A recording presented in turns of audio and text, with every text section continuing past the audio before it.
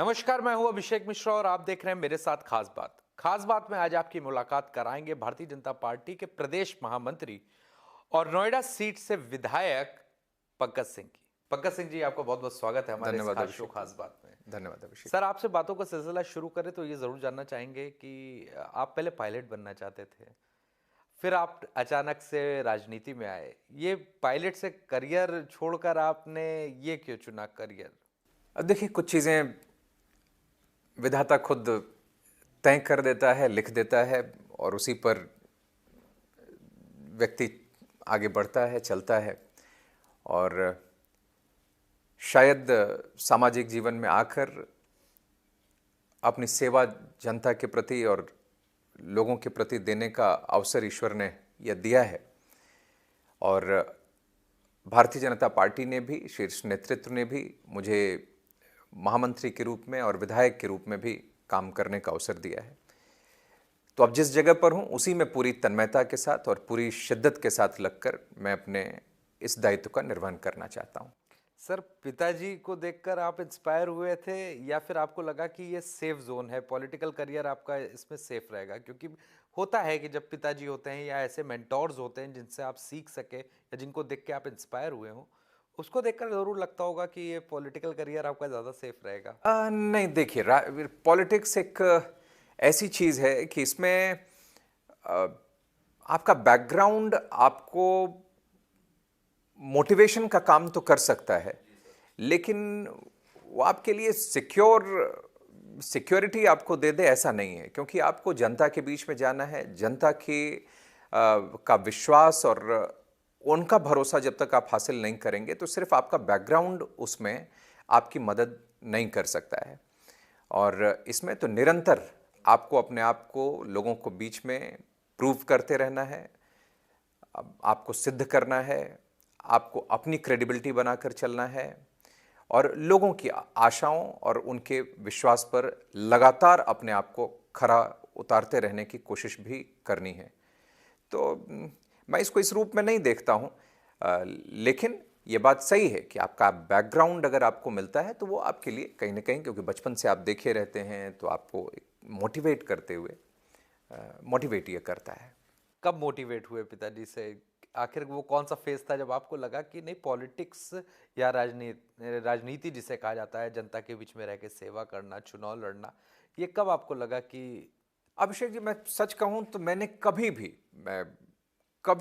कभी ये पढ़ते वक्त, काम जब मैं जॉब में था, पढ़ाई कर रहा था, तो मैंने कभी सोचा ही नहीं था कि मैं इस तरीके से पॉलिटिक्स में आऊँगा। पार्टी का 4 बार महामंत्री, चौथी बार बनने का मौका मिला, मैंने कभी नहीं सोचा था। तो अगर मैं कहूँ कि बहुत प्लान करके कोई मैं आया पॉलिटिक्स में कि मैं ऐसे बनूंगा, ये करूंगा, तो ऐसा नहीं था। अपने आप स्वतः ये बहुत नेचुरली ये सब चीज़ें होती गई और आज मैं जहाँ पर भी हूँ, आज इस जगह पर हूँ। तो कोई प्लान करके, बहुत सोच समझ कर कि यही करूँगा और ये यही सोच कर आगे बढ़ा था कि ऐसे ही चलूँगा, ऐसा नहीं था। लेकिन ये बात सही है कि हमेशा जो भी प्रॉब्लम्स अगल बगल दिखती हैं, ऐसा लगता है कि जिन लोगों की अंदर क्षमता होने के बावजूद उनको वो अवसर न मिल पाए, उनको अवसर उपलब्ध कराना, ऐसा लोगों की जिनका अपना दर्द हो लेकिन वो सच में सत्ता के गलियारों तक और सही प्लेटफॉर्म तक न पहुंच पाए, उनकी आवाज़ बनूं, ये हमेशा मन में ये रहता था कि ये हम लोगों को, ये सिर्फ किसी पॉलिटिकल आदमी को ही नहीं, सिर्फ पॉलिटिक्स में किसी पार्टी में रहने वाले व्यक्ति को ही नहीं सोचना चाहिए, बल्कि ये तो मैं समझता हूं कि देश का कोई भी व्यक्ति, कोई भी नागरिक अपने स्तर पर, छोटा हो बड़ा हो, उसमें ये भाव अगर रखेंगे तो और रखना चाहिए, मैं समझता हूं कि वो एक बड़ा परिवर्तन भी कर सकता है। तो ये हमेशा मेरे मन में था। लेकिन मैं कभी एमएलए बन जाऊं, एमपी बन जाऊं, बड़े बड़े एम्बिशंस में पॉलिटिक्स में रख के आया, ऐसा मैं कभी नहीं था और आज भी मैं सच कहूं तो नहीं रखता हूं। पिताजी से जब आपने बताया या आप जब पार्टी में काम करना पहला दिन रहा होगा या जब पहली बार आपने सोचा कि पॉलिटिक्स में जाए, पापा का रिएक्शन क्या था? नहीं, सच कहूं तो वो भी बहुत इसके लिए कभी तैयार नहीं थे। और यही कारण है कि मैं 2007 में श्रद्धेय अटल बिहारी वाजपेयी जी उस बैठक में थे। और जब बनारस के उस समय चिरई गांव विधानसभा कहते थे, आज वो बनारस उत्तरी है, वहाँ से टिकट की घोषणा जब हुई थी तो राष्ट्रीय अध्यक्ष थे और उनकी भी इच्छा नहीं थी कि उनके राष्ट्रीय अध्यक्ष रहते मैं चुनाव लड़ूं। और उस समय मैं राजनीति में आए भी मुझे 5 साल 6 साल हुए थे। तो उनका हमेशा से ये था कि किसी को भी इतने कम समय में बिना कार्यकर्ताओं का भरोसा अर्जित किए सीधे इलेक्टोरल पॉलिटिक्स में आना, और खास तौर पे किसी स्थापित नेता का पुत्र अगर हो तो उसको नहीं आना चाहिए। सर, आप भी वैसे ही संघर्ष कर रहे हैं जैसे सब लोग करते आए हैं। जितने आज राजनेता हैं सब संघर्ष की बुनियाद पर ही आज खड़े हुए हैं। वंशवाद का आरोप बहुत लगता है। आपकी पार्टी ने सबसे ज़्यादा सपा, कांग्रेस और लालू यादव के परिवार, ये तमाम वो बहुत एग्जाम्पल्स हैं अगर आप इस देश की राजनीति में देखें तो उस पर लगाया गया। जब पंकज सिंह पर यह आरोप लगता है तो पंकज सिंह क्या जवाब देते हैं? देखिए, अब ये लोकतंत्र है, कोई कुछ भी कह सकता है, सबका स्वागत है। लेकिन मुझे ये लगता है कि वंशवाद, मैं कई बार इस बात को कह भी चुका हूं, आज आपके माध्यम से फिर से मैं कहना चाहता हूं, वंशवाद तो तब हो जबकि आपकी एक ही परिवार का 5th 6th जनरेशन भी अपने पार्टी का दायित्व और राष्ट्रीय अध्यक्ष बनने के लिए तैयार हो जाता हो। ये वंशवाद है कि आपके एक दादाजी हटे तो उनका परिवार से उनके बेटे, फिर उसके बाद फैमिली ट्री बिल्कुल वो चलता है। माताजी हटें तो फिर पुत्र आ जाए, पिताजी हटें तो बेटा उन्हीं की जगह पर फिर आ जाए, और नीचे करोड़ों करोड़ कार्यकर्ता जो आप लगातार संघर्ष कर रहे हैं वो लगातार सिर्फ उसी स्थान से आपको देखते रहें। ये है, स्कूल से निकलकर कोई सीधे असेंबली और पार्लियामेंट में पहुंच जाए सिर्फ इसलिए क्योंकि आपके परिवार का कोई व्यक्ति ऊंची जगह पर बैठा हो, ये वंशवाद है। मैंने तो कहा कि जब मेरे फादर उत्तर प्रदेश के मुख्यमंत्री रह चुके थे, उत्तर प्रदेश से राष्ट्रीय महामंत्री रह चुके थे पार्टी के, और मैंने तो तब से एक साधारण जो स्लिप काट कर जो पार्टी का जो हम सदस्य बनते हैं, एक साधारण कार्यकर्ता, वहां उस जगह से मैं शुरू किया। और मैंने बताया कि उसके बाद शुरुआत मैंने अपने युवा मोर्चा के भी 300-400 लोगों के एक कार्य समिति के सदस्य के रूप में मैंने शुरू किया, और करते हुए चुनाव लड़ते हुए भी 2007 में मैंने जब विनम्र निवेदन किया और चुनाव न लड़ने का उस समय मना किया मैंने, और उसके बाद आप देखेंगे तो लगभग 10 साल के बाद 2017 में आकर मैं किया, और पार्टी ने जहां से कहा, पिछला टिकट मुझे बनारस से दिया गया और इस बार मुझे पार्टी ने नोएडा से कहा, तो मैं वहां से तैयार हो गया। बिल्कुल। तो हमारे साथ पंकज सिंह बने हुए हैं। इन्होंने भी बताया कि वंश से पार्टी का अंश नहीं है, संघर्ष से संगठन में जगह पाई है। फिलहाल वक्त है ब्रेक का। ब्रेक के बाद जब लौटेंगे तो युवा नेता के तौर पर और युवाओं की क्या महत्वाकांक्षाएं हैं पार्टी से और सरकार से, उस पर चर्चा करेंगे। फिलहाल वक्त है एक ब्रेक का।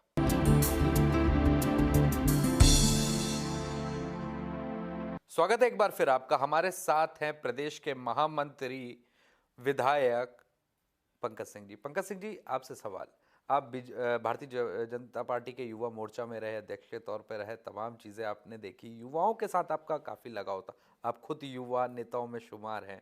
अगर बात की जाए तो युवाओं के बीच में अब आपको जाना है, 2019 का चुनाव आने वाला है, उसके बाद 2022 है, आप लोगों के चुनौती लगातार उत्तर प्रदेश में बनी रहती है, कैसे लुभाएंगे? क्योंकि ना नौकरी है ना कोई योजना। देखिए, मैं ये कह सकता हूं कि पहले की सरकारों ने जो यूथ फोर्स है हमारे स्टेट का, उनके साथ उनके विश्वास को, उनकी अपेक्षाओं को, उनके सपनों के साथ छलावा किया है, उनको धोखा देने का काम किया है। हमारी सरकार ने, मैं देखता हूं कि आज जब बेरोजगारी भत्ता की बात हम करते हैं तो यह भी हमारे नौजवानों के लिए उपलब्ध है, लेकिन उसके साथ साथ बहुत सारी ऐसी योजनाएं बनाकर, चाहे वो 1 डिस्ट्रिक्ट 1 प्रोडक्ट हो, चाहे फिर जब हमारा इन्वेस्टर समिट यहाँ पर होने वाला है, उसके बाद जो हम लोग सुन रहे हैं कि कई लाख करोड़ की इन्वेस्टमेंट्स उत्तर प्रदेश में होंगी, डिफेंस सेक्टर में उत्तर प्रदेश काफ़ी आगे काम करके जाएगा। यहाँ मैं ये सब चीज़ें देखता हूँ। एक्सप्रेसवेज के किनारे किनारे जिस तरीके से इंडस्ट्रीज़ को डेवलप करना, वन डिस्ट्रिक्ट वन प्रोडक्ट की जो मैंने चर्चा की, उसके माध्यम से कितनी सारी नौकरियों का सृजन करना। तो मैं समझता हूं कि जहां हमारी सरकार लोगों को प्रोत्साहित करने के लिए, नौजवानों को या उसमें से भी जो बेरोजगार हैं उनको प्रोत्साहित करने के लिए, उनको अवसर देने के लिए बेरोजगारी भत्ता की भी बात करती है। 2014 से अब 2018 आ गया है, 19 में फिर से चुनाव होने हैं। संघ ने अभी एक रिपोर्ट आई, साफ तौर पे संघ ने चिताया, लगातार बैठकें भी की मुख्यमंत्री से भी। उन्होंने कहा कि युवाओं को की तरफ ध्यान देना चाहिए, चाहे युवा पार्टी के अंदर के हों, कार्यकर्ता हो, उनका समायोजन की बात हो, या युवा जो वोट देते आए हैं, झंडा उठाते आए हैं, पार्टी पर भरोसा जताते आए हैं, उनके लिए कुछ करना चाहिए। शायद यही वजह है युवा उद्घोष जैसे कार्यक्रम हुए, तमाम कार्यक्रम हुए। नहीं अभिषेक जी, देखिए इसमें आज से नहीं, पार्टी में हमारे यहाँ नौजवान और मैंने कहा कि यूथ लीडर्स की भी एक लंबी फहरिस्त है, चाहे केंद्र में देखें चाहे स्टेट में हम लोग देखें। और 2014 का लोकसभा भी मैं देखता था तो हमारे नौजवानों का बहुत बड़ा विश्वास हमारे प्रधानमंत्री उस श्री नरेंद्र मोदी जी की तरफ आज भी है, और जब वो चुनाव 2014 का हम लोग लड़ रहे थे तब भी लोगों का विश्वास था।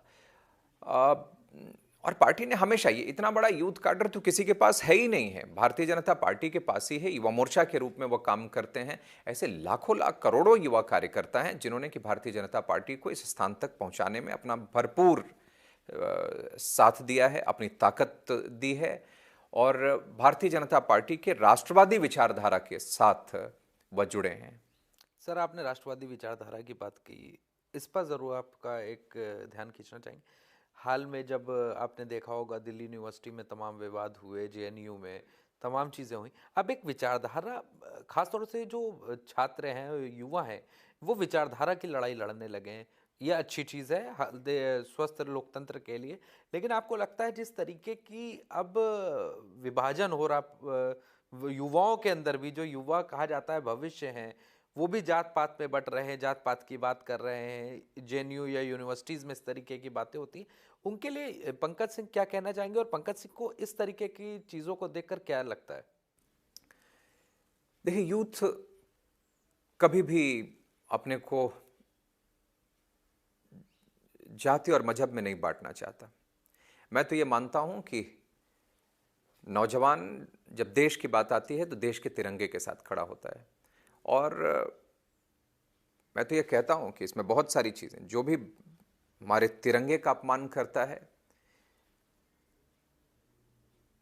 मैं ये मानता हूं कि वो ऐसे लोगों को इस देश में रहने का हक नहीं है। उनको तो भटके हुए लड़के कह दिया जाता है। नहीं, बिल्कुल सही बात है, बिल्कुल वो भटके हुए हैं, और ऐसे लोगों को लाइन पर लाना भी चाहिए। अगर भटक गए हैं तो ऐसों को लाइन पर लाना भी चाहिए, उनके ऐसे लोगों के ऊपर कड़े से कड़े कार्रवाई होनी चाहिए।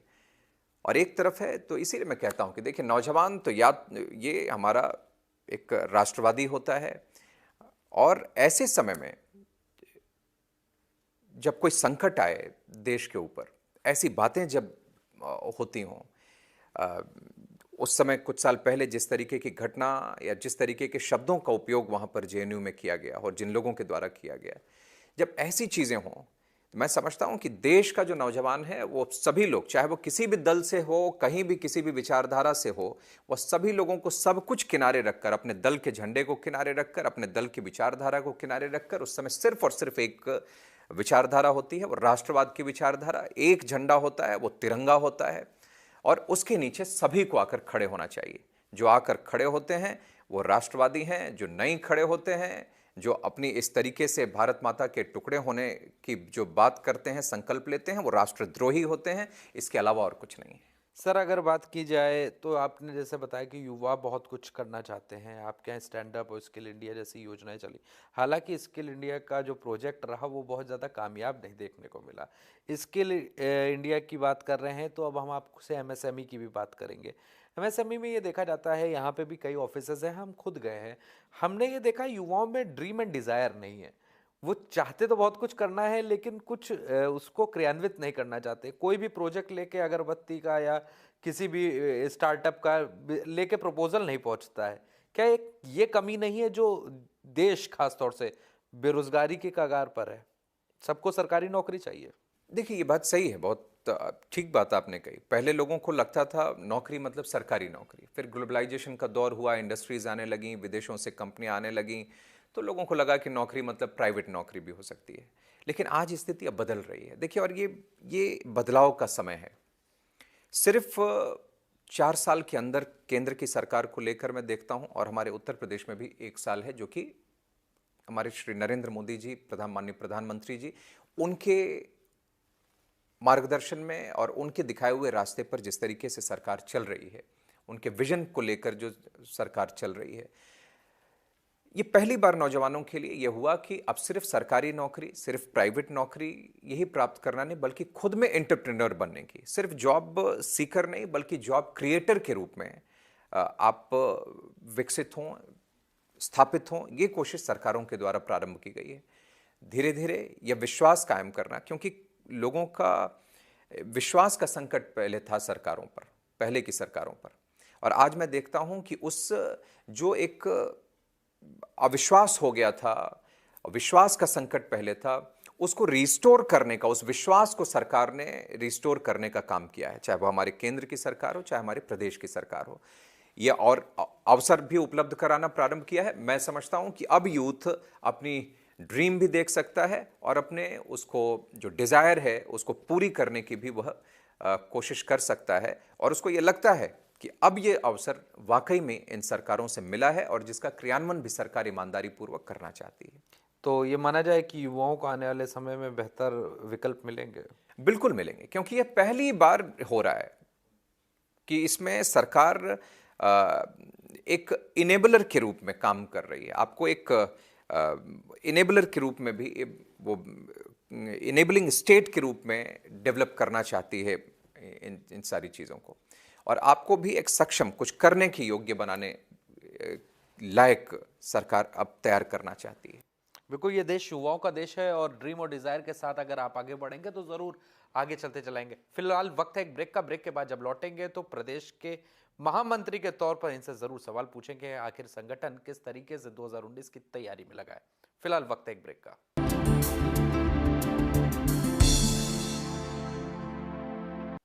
स्वागत है एक बार फिर आपका। हमारे साथ है पंकज सिंह जी। पंकज सिंह जी, तमाम चीजें हुई, आप प्रदेश के महामंत्री बने, आप संगठन में लंबे समय से हैं, आपसे ये चीज जरूर जाननी चाहेंगे, हाल फिलहाल में जो पार्टी में देखने को मिल रहा है, स्थापित चेहरे विस्थापित हो रहे हैं, और विस्थापित जो जिनको कोई जानता नहीं था वो स्थापित हो रहे हैं, नए नए लोग जो पार्टी में आए, पैराशूटी नेता बन के ज्वाइन किए, उनको संगठन में बड़ी पद पे दे दिया गया। आपको नहीं लग रहा कि सही समायोजन नहीं हो पा रहा कार्यकर्ताओं को, और ये कहीं ना कहीं 2019 में आपको नुकसान पहुंचाएगा? नहीं, देखिए, मैं जो इस बार की टीम है संगठन की जो तैयार हुई है, मुझे लगता है कि उसमें एक एक कार्यकर्ता जो भी हैं वो सभी लोग लंबे समय तक भारतीय जनता पार्टी को। सर, ऐसे कई नाम हैं, मैं बता सकता हूं, जो एक एक साल पहले ज्वाइन किए हैं। नहीं, अभी हमारी टीम में तो मुझे नहीं लगता है कि कोई ऐसा है।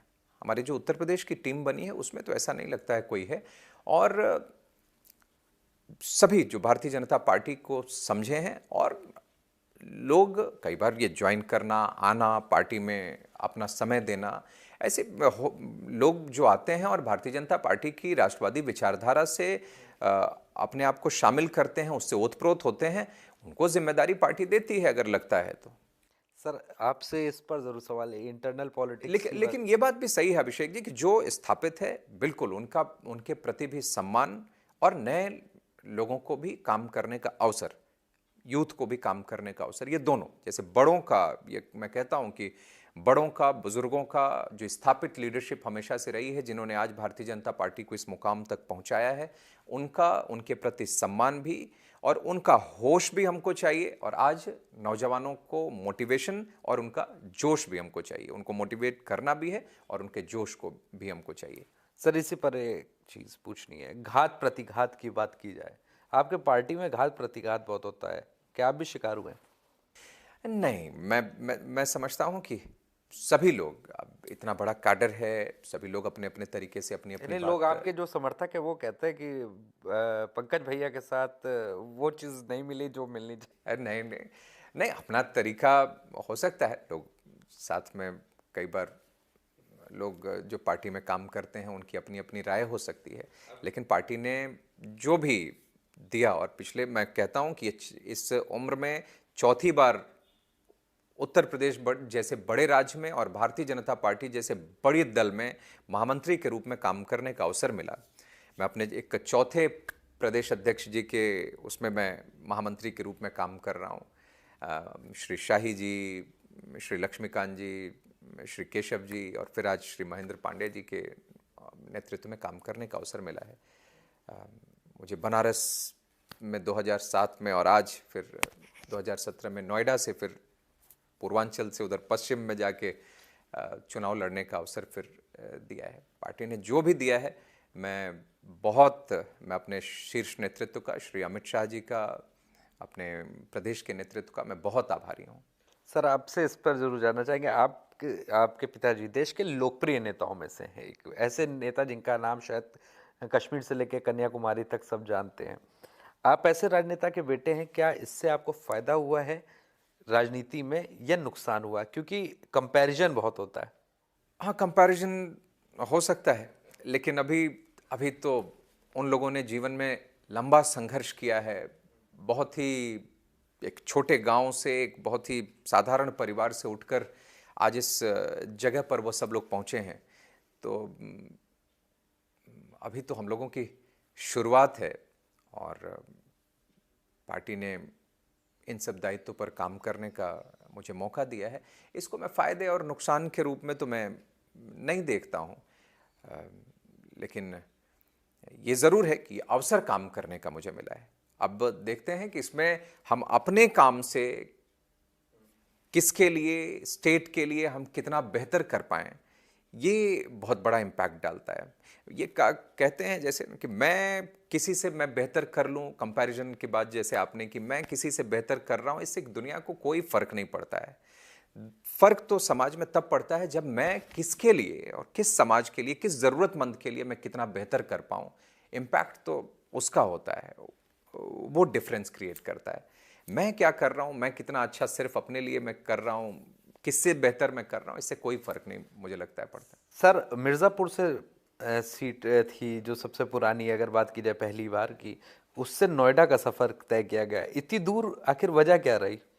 नहीं, मैं आज भी अपने चंदौली, मिर्ज़ापुर सब जगह से मैं उतना ही जुड़ा हुआ हूँ। लखनऊ में हमेशा जुड़ा हुआ हूँ। लेकिन मैंने कहा ना कि पार्टी ने जब जहाँ से अवसर दिया, जब जहाँ बोला, मैं वो करने के लिए हमेशा तैयार हूँ। और पार्टी ने अचानक से मुझे नोएडा की जिम्मेदारी मिली, मैं वहाँ पर तैयार हुआ। जो बोलती है, मैं इसीलिए कह रहा हूँ कि जो भी पार्टी ने दिया आज तक, उसमें मैं बहुत संतुष्ट हूँ, बहुत आभारी हूँ। अब आपने कहा जैसे कि लोगों की अपेक्षाएं तो लगातार, उसके कोई अंत नहीं है, लेकिन पार्टी ने फिर भी जो मुझे ये दिया, मैं इस नेचर का हूँ कि मैं इतने में ही बहुत संतुष्ट हूँ और जहाँ पर भी रहता हूँ वो संतुष्ट होकर मैं काम करते रहना चाहता हूँ। अपनी जिम्मेदारी जो दी जाए उसका ईमानदारी पूर्वक मैं निर्वहन करना चाहता हूँ। सर, नोएडा की बात करते हैं। नोएडा एक ऐसी जगह रही जहाँ पे कोई मुख्यमंत्री नहीं गया। इस बार मुख्यमंत्री ने ये मिथ्य तोड़ दिया, वो वहाँ पे गए, प्रधानमंत्री भी गए, तमाम चीज़ें देखने को मिली इस बार नोएडा में। क्या अब आपको लगता है कि लोकप्रियता और बढ़ जाएगी आपकी? नहीं, देखिए, मुझे ये लगता है कि नोएडा को माननीय मुख्यमंत्री जी के आने जाने से एक तो वहाँ का जो कामकाज करने का, प्रशासन का, अथॉरिटी का जो रवैया रहा था, शायद इसी वजह से भ्रष्टाचार बहुत होता था। बिल्कुल। तो पिछले जो 15 साल तक जो हालात रहे थे, मैं समझता हूं कि एक तो माननीय मुख्यमंत्री जी के आने जाने से और जिस तरीके से उन्होंने वहां पर ध्यान दिया है, 3 मंत्रियों का एक समूह बनाना, प्रभारी मंत्री के रूप में एक वरिष्ठ मंत्री को वहां पर बिठाना, मैं समझता हूं कि और खुद आना जाना जो प्रारंभ हुआ है, इससे बहुत बड़ा इम्पैक्ट होगा और ईमानदारी पूर्वक वहां का अब शासन प्रशासन लोगों के लिए काम करेगा। मैं बहुत विश्वास के रूप में कहता हूं। मतलब ये अंधविश्वास तोड़ने का फायदा जरूर मिलेगा। निश्चित रूप से मिलेगा। और देखिए, मैं तो ये कहता हूं कि जो नहीं गया वो कहां दोबारा आया सत्ता में। अब मैं तो ये कहता हूं कि शायद ये अब एक नई एक परंपरा चालू हो गई कि जो आया वही बार बार आएगा और योगी जी वहां पर गए हैं, वही बार बार रहेंगे। एक नई ये स्टोरी होगी। बिल्कुल सर, अगर बात अब करें इस इन सब चीज़ों के बीच में, जब आप नोएडा जाते हैं, तमाम आपके पीछे जनता रहती है, आप जब चार कालिदास मार्ग आते हैं, आपके पास तमाम लोग आते हैं, बहुत उम्मीदों के साथ आते हैं, आप उम्मीदों पे जब खरे उतरते हैं तो पापा ने कभी पीठ पे शाबाशी दी है कि good, I am proud of you? नहीं, अभी शाबाशी तो इस तरीके से अभी नहीं मिली। मिलने का इंतजार है या नहीं पंकज सिंह को? नहीं, शाबाशी नहीं, लेकिन मैं समझता हूं कि अपनी तरफ से किसी की भी एक राजनेता के रूप में भी उनकी यही अपेक्षा होगी किसी भी कार्यकर्ता से, कि जनता जो आपसे अपेक्षा करे उनकी अपेक्षाओं पर आप खरा उतरिए, जमीन पर रहकर आप काम करिए, तो उसमें सारी चीज़ों का समाधान है। यही यही मैं कह सकता हूँ इस पर। सर, अब आप लोग 2019 की तैयारी में जुटे हैं। अब जैसे नोएडा के लिए आपने जो कहा कि नोएडा में भी जब वहाँ हो या स्टेट में कहीं पर भी हो और आप ज़रूरतमंद लोगों के लिए आप कुछ कर पाएँ, तो ये अपने आप में एक सेटिस्फेक्शन ज़रूर देता है, और यही सबसे बड़ा मोटिवेशन भी आपके लिए होता है। अब जैसे हमने वहाँ पर जितने भी गवर्नमेंट स्कूल हमारे ज़िले में हैं, मैंने अपने प्रस्ताव दिया डिस्ट्रिक्ट मजिस्ट्रेट को, उन्होंने उसको इम्प्लीमेंट किया। हमने वहाँ पर जितने भी सरकारी स्कूल हैं उसमें एक साथ पेरेंट टीचर मीटिंग की शुरुआत हमने वहाँ पर की है। उसमें मैं खुद गया, कई जगह और भी अधिकारी गए, और हमने कहा है कि इस बार देखने के बाद इसको और बेहतर करने की आवश्यकता है। पढ़ाई के लिए जैसे हमारे मुख्यमंत्री जी बहुत ही सचेत हैं, बच्चों को लगातार अवसर उपलब्ध करा रहे हैं, ऐसा हमने वहाँ पर प्रारंभ किया, और मैं चाहता हूँ कि वो स्टेट में इस तरीके से इम्प्लीमेंट हो और बच्चों को और अवसर मिलेगा इसमें अपने आप को और बेहतर करने के लिए। हमने नोएडा में, शायद ये देश में अपने आप में एक मॉडल होगा कि लगभग हमारे यहाँ पर जितने भी सरकारी स्कूल्स हैं नोएडा विधानसभा में, उन सभी को अडॉप्ट कर लिया गया है, और सभी में चाहे वो RO water system, smart classes, smart classes बनाने की बात, टॉयलेट्स, फर्नीचर्स, रेनोवेशंस, तो ये सब करने की कोशिश हो रही है। तो हमारे साथ थे पंकज सिंह जी। अगली बार आपकी मुलाकात कराएंगे किसी और शख्सियत से। फिलहाल हमें और हमारी टीम को दीजिए इजाजत, और देश और दुनिया की खबरें देखने के लिए देखते रहिए लाइव टुडे।